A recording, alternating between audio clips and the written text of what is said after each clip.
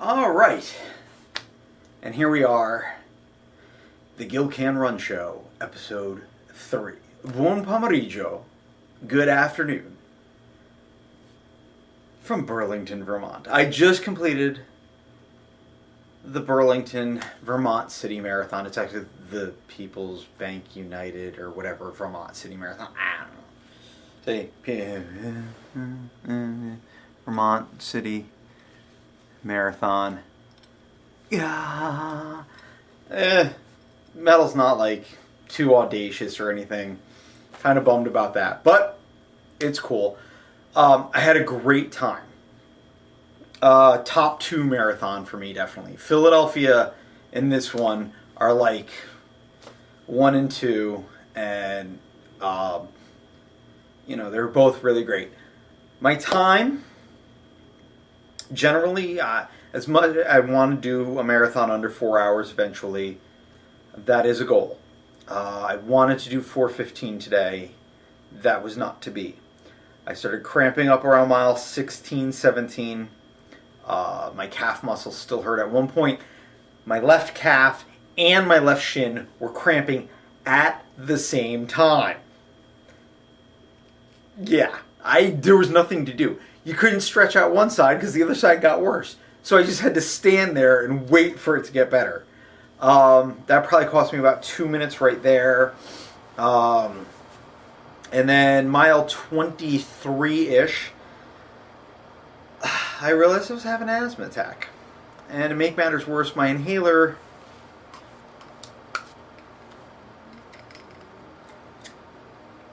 it's not working right. So I gotta go get a new inhaler. Bad news. I have coffee right now. I'll probably be reaching for coffee. That's terrible camera craft on my part. But I don't give a shit. Right now, I have no tripod. I'm sitting in a hotel room. I don't have a tripod when I've done the other 2 episodes either. My tripod is in storage somewhere after the fire. I need coffee right now just because I need some caffeine. And I drink my coffee black. I mean, straight up, no sugar, no milk. I like coffee when I want coffee. When I'm in Italy, it's espresso all the time. So, Boca Junior is the jersey. I like wearing soccer paraphernalia, football paraphernalia.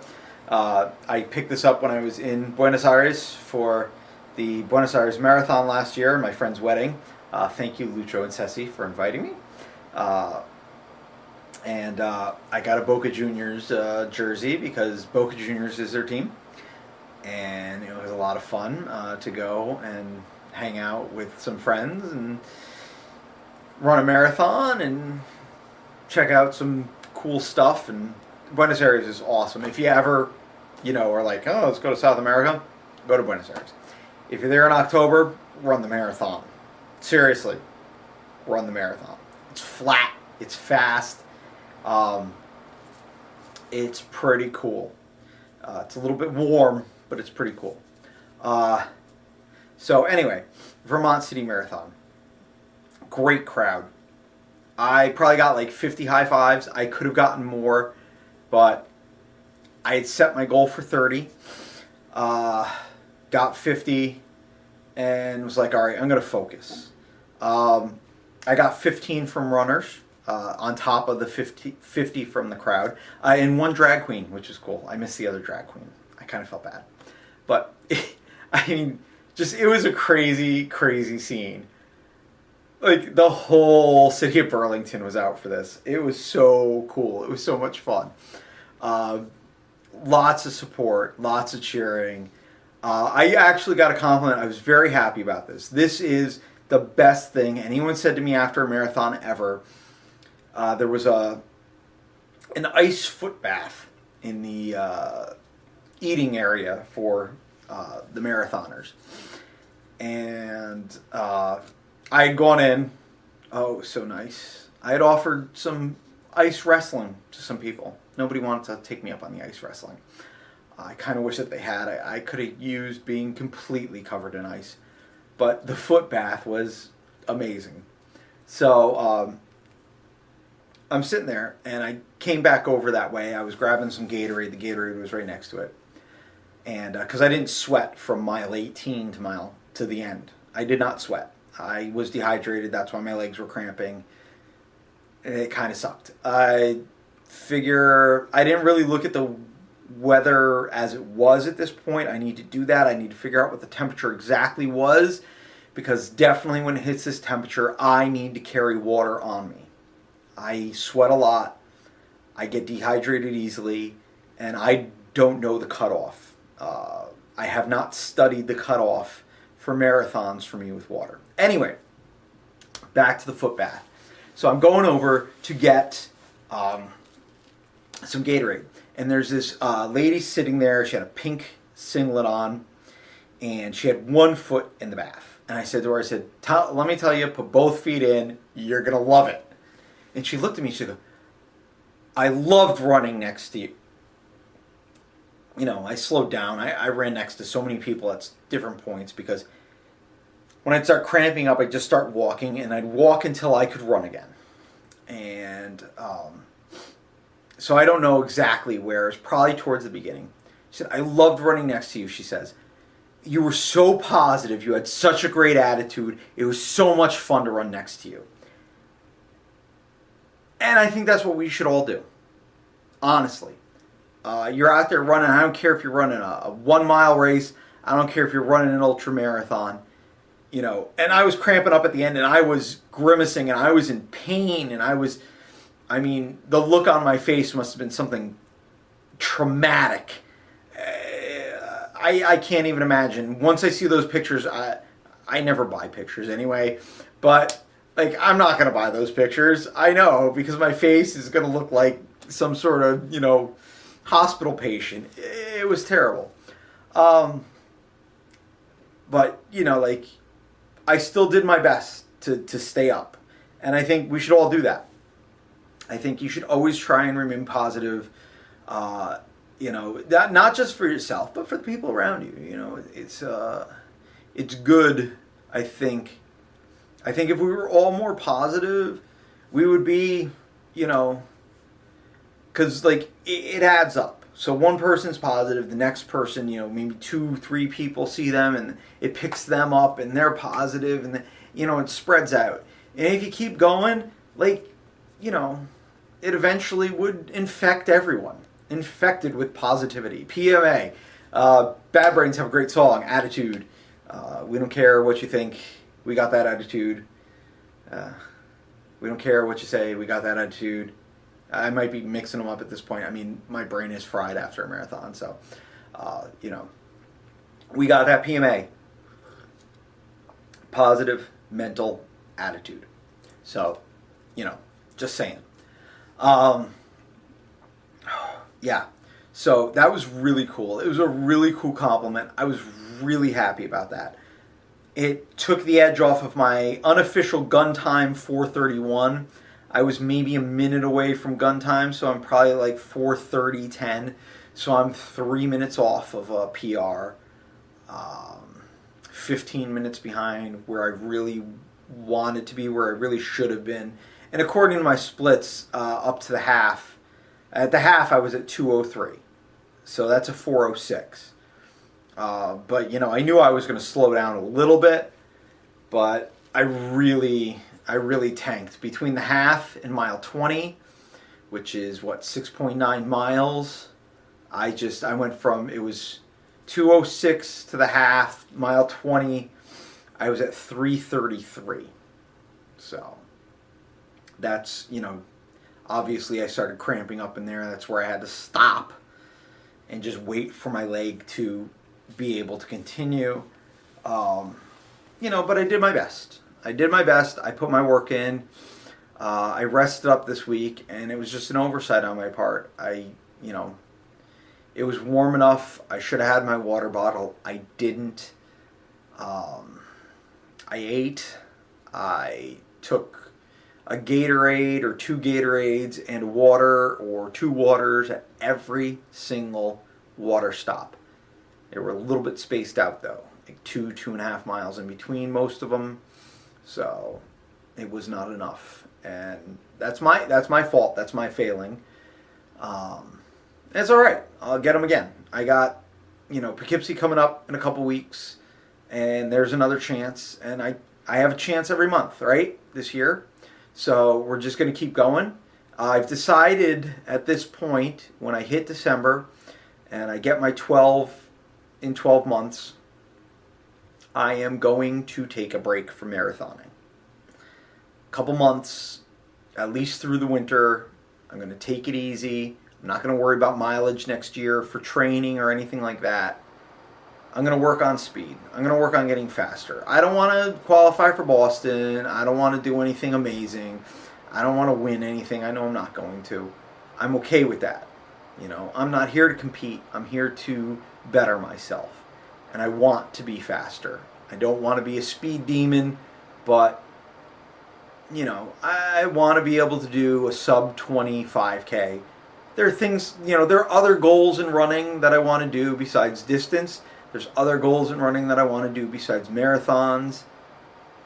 And, I think after doing 12 in 12 months, which will actually be more than 15 in 15 months, I think I earned the right to take a break from the really long distances and work on some of my other goals. And that's what I'm going to do.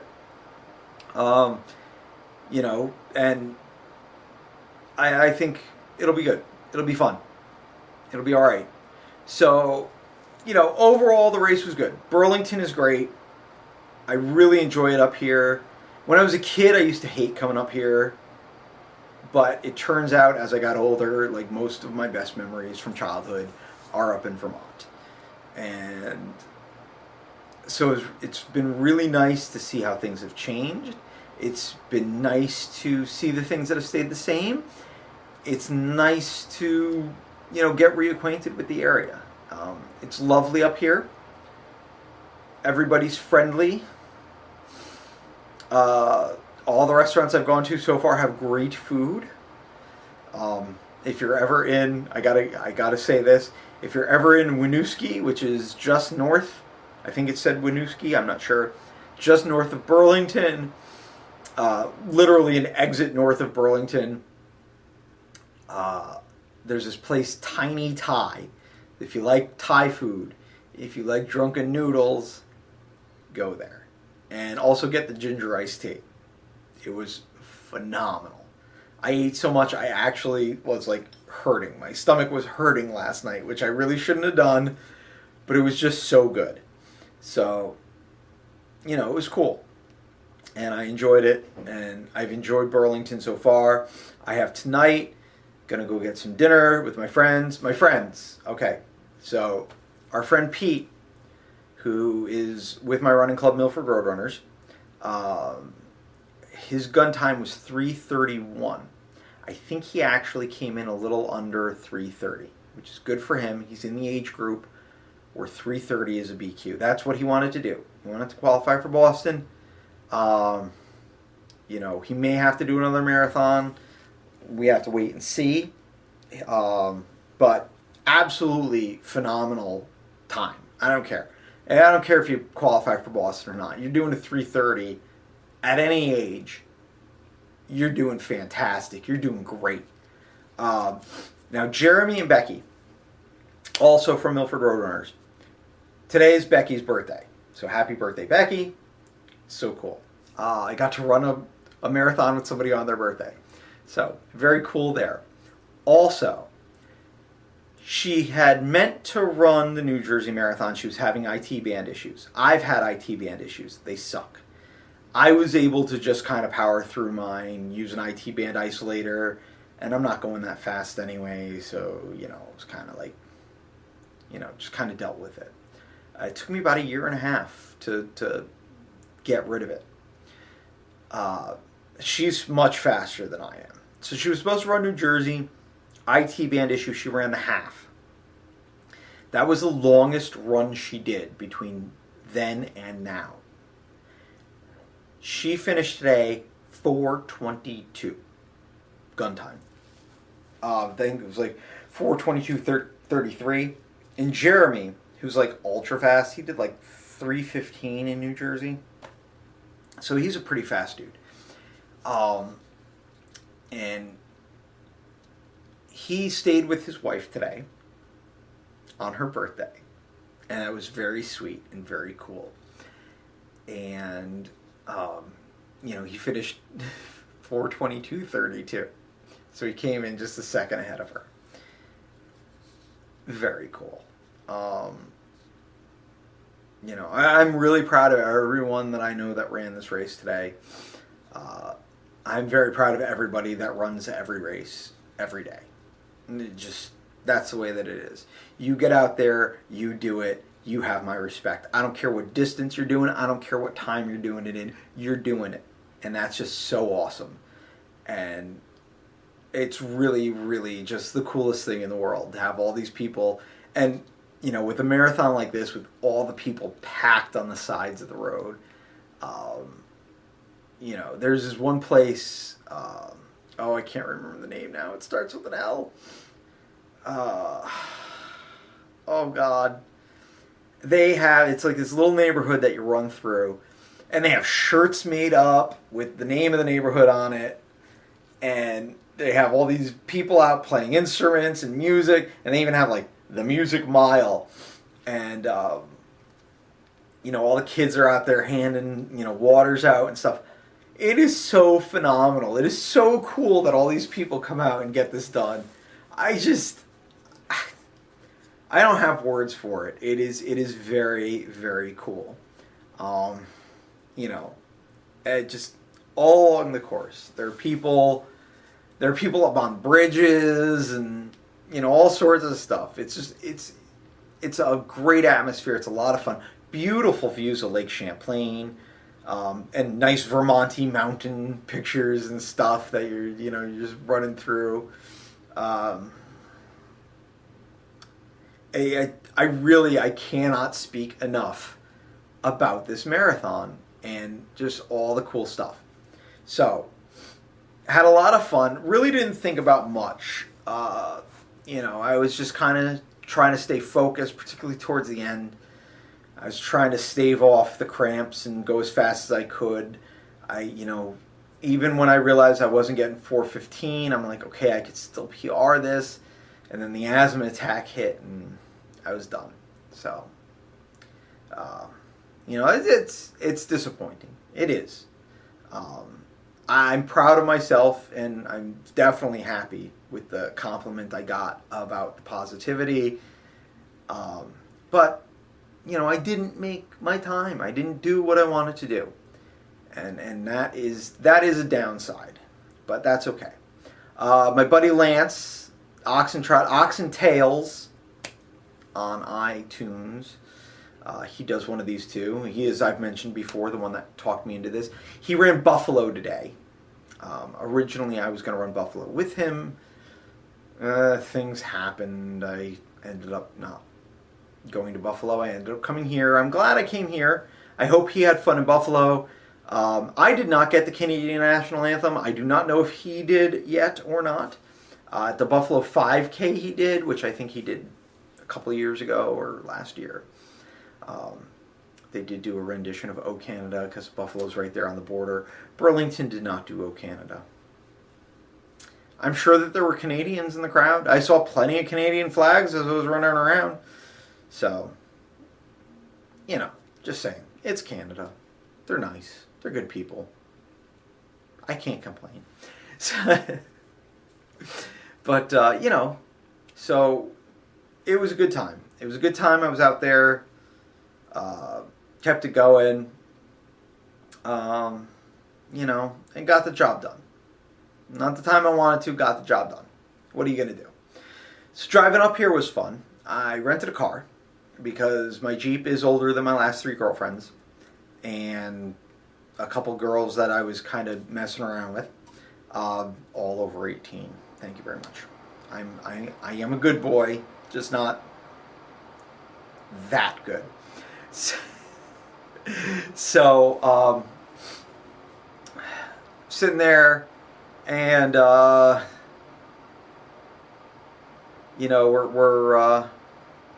driving up. I'm driving up. the royal we, I guess. I'm driving up. I had rented a car. I had gotten a compact car. I don't need big cars. I'm not I need my room kind of person, because I don't give a crap. Car gets me from where I am to where I need to be, and that's that. I don't care about, comfort is, my ass doesn't hurt when I get out of the car, no matter how long I drove. That's all I care about. If my ass and my back aren't hurting, I'm good. So I was like, all right, get a compact car, whatever. Well, I was having trouble with my credit card. By the time I got it all sorted out, there was a lady in front of me. She was getting an upgrade into a Chrysler 200. She didn't want it. She thought they were charging her more. They're like, no, we're not. So they ended up giving her the Hyundai Elantra that I was supposed to get. So when I got everything sorted out, they're like, well, we just gave away your car. Would you want the Chrysler 200? Won't cost you any more. Okay. So I took the 200. I did make it contingent on the gas mileage, which wasn't bad. I ended up 31 and a half, I think, up here. It'll probably be better on the way back, because once I get out of the mountains, it'll pick up and it'll stay up until I get back home. So that's actually important to me. These are things that I worry about. We've discussed minorly, we've discussed my environmentalism, my philosophy of the world, and things like that. So they said, yeah, it gets decent gas mileage. I said, okay, we'll give it a spin. And, I did okay. Funny thing about driving through Massachusetts with out-of-state plates. Even when I was a little kid, I remember this. If you're going up 91 through Massachusetts, you will find that if you speed at all, particularly in construction zones, the Massachusetts State Police will gladly pull you over. I did not get pulled over. But I saw no less than 5 people pulled over. All 5 of them had out-of-state plates. All 5 of them were in construction zones. One of them was 500 feet from the Vermont border. Do not, under any circumstances, if you have out-of-state plates, speed through Massachusetts. I went at 65. I went 70 most of the way. I'm a little sniffly. Lots of pollen. Had an asthma attack. I'm sniffly.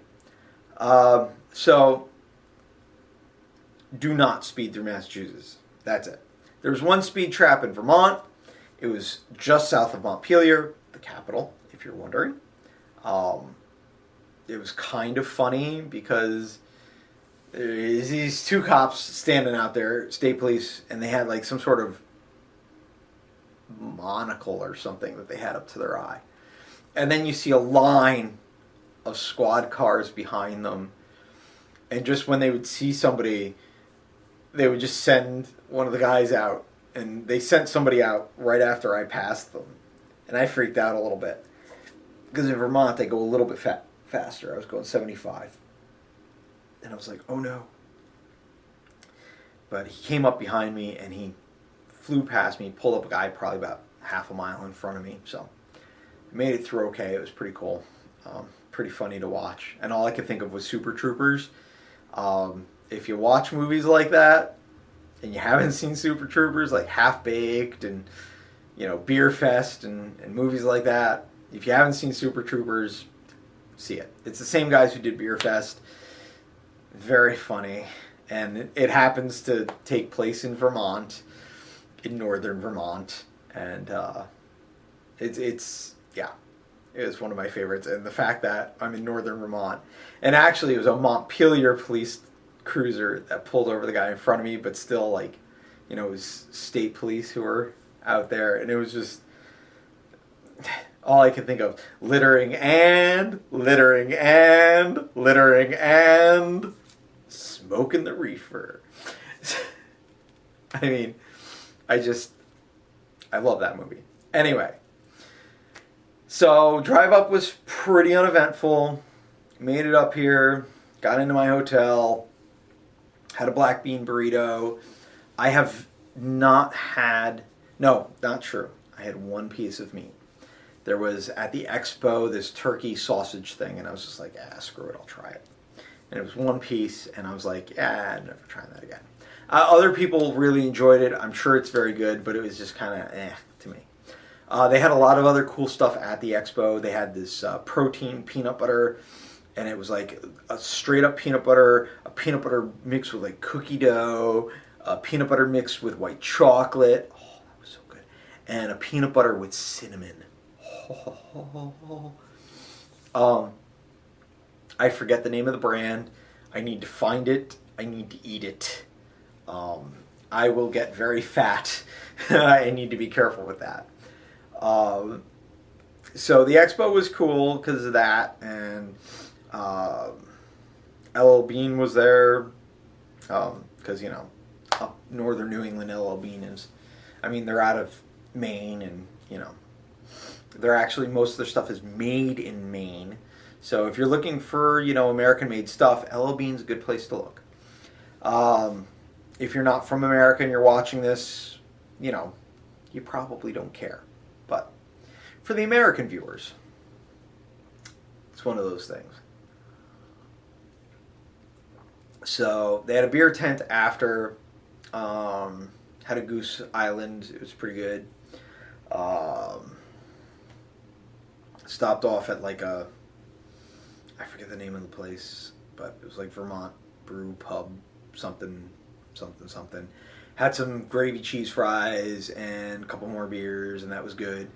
And, just getting ready for dinner, and I figured, while I'm on this, I just ran a marathon, put it down for posterity, let you guys get a review of the Vermont City Marathon in case you're looking for marathons to run next year.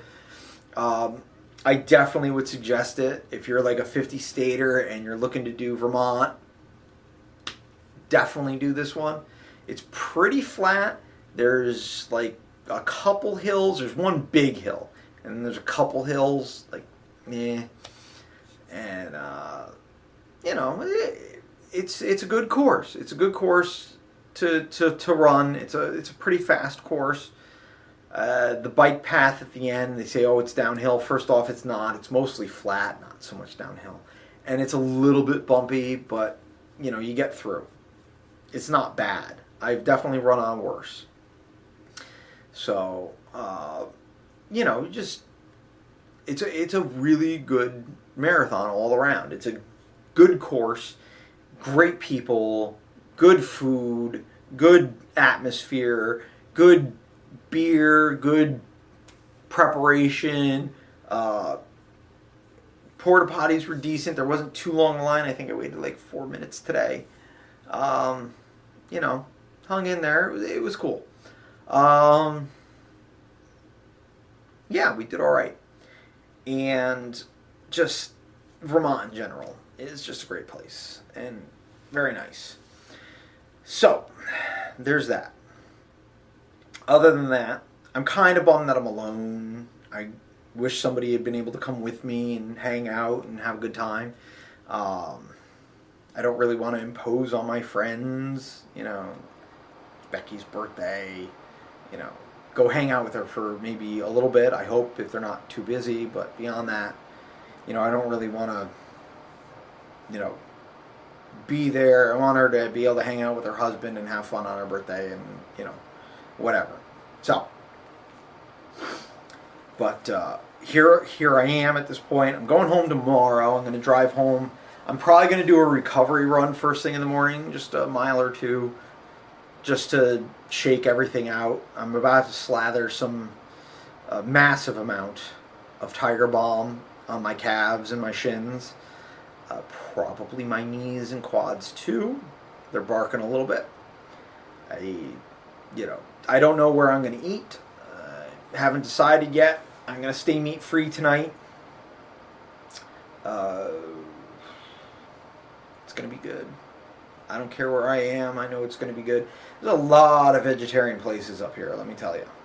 It's a very big thing apparently up here, which is cool.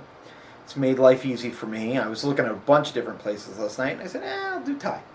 And, they have meat on the menu, obviously, but they certainly had plenty of meat-free dishes. Yes, I got to keep the coffee going. It's gotten cold. I don't care. It's caffeine. It is sugar-free, calorie-free caffeine. There we go. I just, tea, I got to put honey in it. I always use local honey in tea because it helps my allergies and it tastes better. Most of the stuff you get in the store that's just bottled honey from wherever generally isn't even really honey. It's marketed as honey, but it's not. I have a beekeeper in New Haven who Swords to Plowshares, it's called. They sell at all sorts of different local markets. The Italian store by me has it. I want to say Whole Foods in our area has it. Lots of places have it. It is so good. And it's, like a straight up, I think it's clove honey. I'm not 100%. I have to look at the packaging. Pretty sure it's clove honey. It is so good. So, I don't know if you know this about honey. I know a lot about honey. I like honey. Different flowers will give different flavors of honey. So the bees go collect the nectar, bring it back to the hive. Depending on what flowers they use, you get a different flavor of honey. Different consistency, different color, everything. In Italy, it's a big thing. Tisani. It's like herbal teas. And people will have several different kinds of honey to go with different types of herbal teas. And, they're all on the label. Millefiori, clove, whatever. Millefiori means many flowers, thousands of flowers, whatever. Literally is 1,000 flowers. So, you have all this stuff going on, honey-wise, and that's just a little bit of knowledge for you. Just a little honey. It's good stuff. I enjoy it. I like it better than sugar in just about everything. When I'm not using maple syrup, which I have to get some maple syrup before I leave because I'm in the land of maple syrup. Sorry, Canadians, Vermont's better. I've had both. I prefer Vermont. Vermont maple syrup rules the maple syrup world. That is my feeling on it. I have Canadian friends that are now going to be very mad at me. I'll probably get beat up for saying that. That's life. Deal with it. So, there we are. That's what it is. That's what we got going on as far as that goes. Brown sugar. I will use brown sugar in things like my oatmeal, cream of wheat. I'm a big fan of cream of wheat or farina. It's good stuff. And oatmeal. I like oatmeal. Ain't no shame in it. And not instant oatmeal. No. I need real oatmeal. I like it. It's good stuff. I could live off of oatmeal and fruits. Fresh fruit, the best ever. My lemon tree sprouted. I am growing a lemon tree. It will take 6 years for that to fruit. I do not care. I wanted to grow a lemon tree. So I started from seed and it sprouted and I'm very excited about that. I have other sprouts because I had started a bunch of different seeds just in case. And I think I'm going to plant some of those and give one to my sister for a housewarming gift. She's moving into a house next weekend. And I haven't decided what I'm going to do with the other ones. But I think I'll plant them and see how everything goes and see what happens. So, there's that. I'm a big fan of growing your own whatever you can grow. Everyone can grow something, no matter where you live. There's a way. Even if it's a little something, like a high yield something like strawberries or tomatoes or something like that. You get control over your produce. If you stay away from genetically engineered seed, you will be able to keep using the same plants by taking the fruit of that plant, or the seed-bearing pod, whatever, of that plant, taking out the seeds, preparing them for the next season. That is my problem with GMO. I cannot speak. I am not a scientist. I do not study these things. I cannot speak of any health detriment other than what I've read, which apparently genetically modified, laboratory genetically modified. All the food we eat is genetically modified by selective breeding. It's true. Almost nothing we eat existed in nature in that manner. Very few things that we eat just came out of nature. Like broccoli, cabbage, Brussels sprouts, cauliflower, they all came from the same plant. And people just bred the plant to express different traits in it. And eventually we ended up with all these disparate species, right, of things that we eat. So everything's had a certain amount of modification. The difference between selective breeding and what people are complaining about now is, what they're doing now is in laboratories they're splicing in and out genes to do things. Selective breeding is you just see something you like, you keep breeding it until it is exactly how you want it. And there's no chance, because if something were going wrong and people were getting sick off of it, you would know and you'd stop breeding it that way. The problem with genetically modifying, you don't know. Because what they're doing is they're putting things in there, apart from suicide genes, which causes the seeds in the fruit to not reproduce, which is my main problem. Because what you end up having, and let me talk about my main problem first and then we'll get into the rest of it. So what you end up having is you have these seeds that are not going to reproduce. So, now, that's all well and good. Farmer A wants to use genetically modified stuff. Farmer B next door doesn't. Okay? And you're thinking, okay, well, his stuff, he'll have to buy new seeds every year. The other guy isn't going to have to buy new seeds. He'll be able to make his own seed and, prepare his own seed and plant it next year. For a while. But what will happen is, because pollinators don't get that the property line is here and these are GMO and these aren't.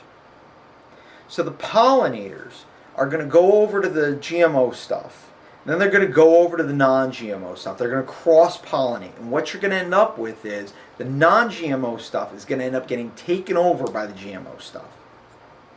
And then Farmer B isn't going to be able to plant his seed anymore. He's going to have to go buy new seed. And apparently, the company that's doing the genetic modification, who I'm not going to mention because everybody says their name, and you know who it is, and certainly they've made jokes on Futurama and The Simpsons about it. Starts with a Mon and ends with a Santo. If they find out that your crops have cross-pollinated with their crops, and you're growing them and you're selling them and you didn't pay for the seed, guess what? They file a suit against you. How nice is that? You don't have control over it, but that's their patent. Well, food shouldn't be patented. Food should be food. Food is everyone's right. You need it to live. There's certain things in this world you need to live. And every single human being, not just every single human being, every being should have a right to that which they need to survive. That's it. And no ifs, ands, or buts. You need something to survive, you should have it. What do you need to survive? You need air, you need water, you need food. You need clothing, and you need shelter. As a human being, you need clothing, and you need shelter. Not every creature needs clothing and shelter, but human beings do. We are very fragile beings, believe it or not. I know a lot of people don't want to think of us as fragile, but we are. We are very, very fragile. We die very easily when exposed to nature. A lot of that is our own doing at this point, but it's true. So, those are the things every single human being needs to survive. That's it. You need it, you should have it. You have a right to it. You have a right to exist, you have a right to be here, you have a right to live. End of. I don't care what you've done, I don't care who you are, I don't care what you believe in. You're alive. You have that right. Yes, even the bad people, they have that right. I don't believe in the death penalty. Get into that. That's going to be a... Whew. It doesn't do anything. Anyway, so, now, on to the other problem with GMO, which is, some people say, oh, it's perfectly safe. Some people say, oh, no. Well, here's the thing. I can't imagine splicing in genes that make corn create its own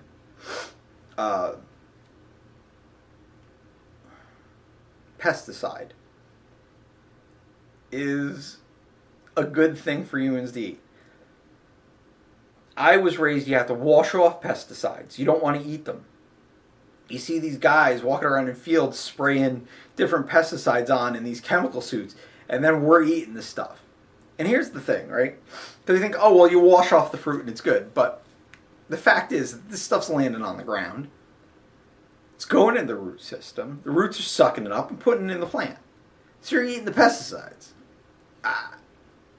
I get why you're eating the pesticides.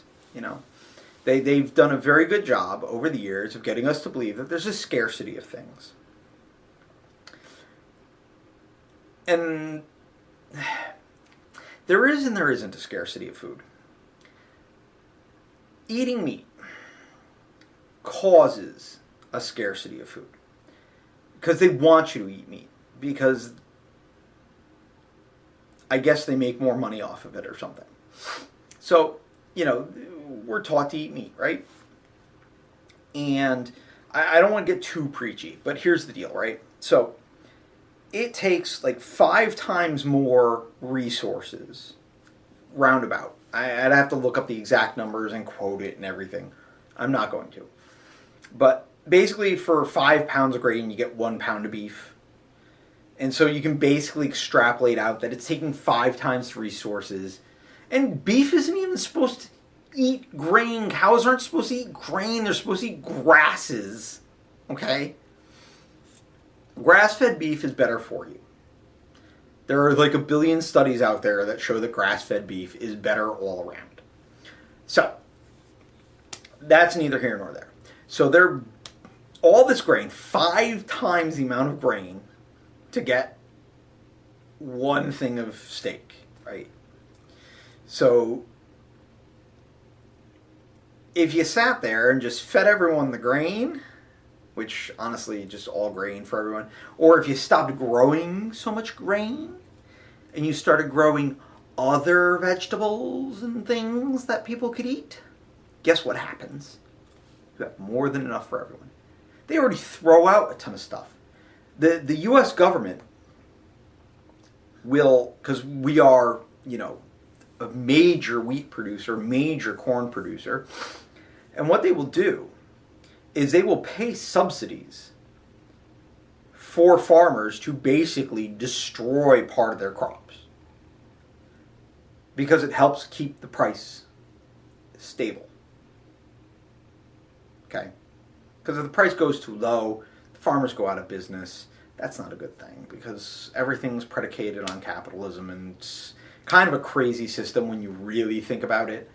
I know a lot of my friends very much subscribe to the system, and I don't want to get into an argument with them about it, but when you actually think about it, it is a system that requires people to be poor. Requires poverty. You have to have a lack of something on one end so you can have value to it on the other end. It's insane. But, whatever. So you're making people suffer just because. Not saying that communism is great, because that has a whole host of problems too. But the fact is that there's somewhere in the middle where this can all be meted out and work and not be completely insane. So I've hit 45 minutes. That's crazy. I can't believe that. So, I have to wrap this up. Point being, control your own food. It's like printing your own money. You're going to be healthier. The food's going to taste better. It's going to be better. And best of all, you get a sense of accomplishment. I did this. I made this thing happen. Okay, I've when I was a little kid, always had a garden. I missed for the last few years, certainly last year, and I'm getting back into it, and I'm starting to really branch out and do some cool stuff. Lemon trees, I may do more, but you just, go out. Oh, I don't have a green thumb.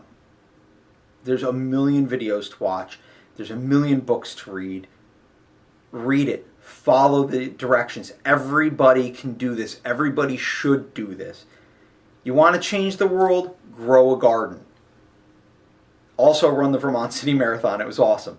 So anyway, thank you for joining me. Episode 3 is in the books. It was cool. It was fun. I hope you had a good time. I hope you learned something. I hope you enjoyed. I will talk to you again. I don't know if I'm going to do another episode this week. I may wait until next Thursday because technically, I've been releasing these on Thursday, Friday, and this is going to be a Sunday, Monday sort of thing. So, I don't know. I don't want to overwhelm all of you. But have a great time. Have fun. Stay cool. Stay hydrated. And we will see you again soon. So, from beautiful Burlington, Vermont, home of the Vermont City Marathon, ciao. Keep running.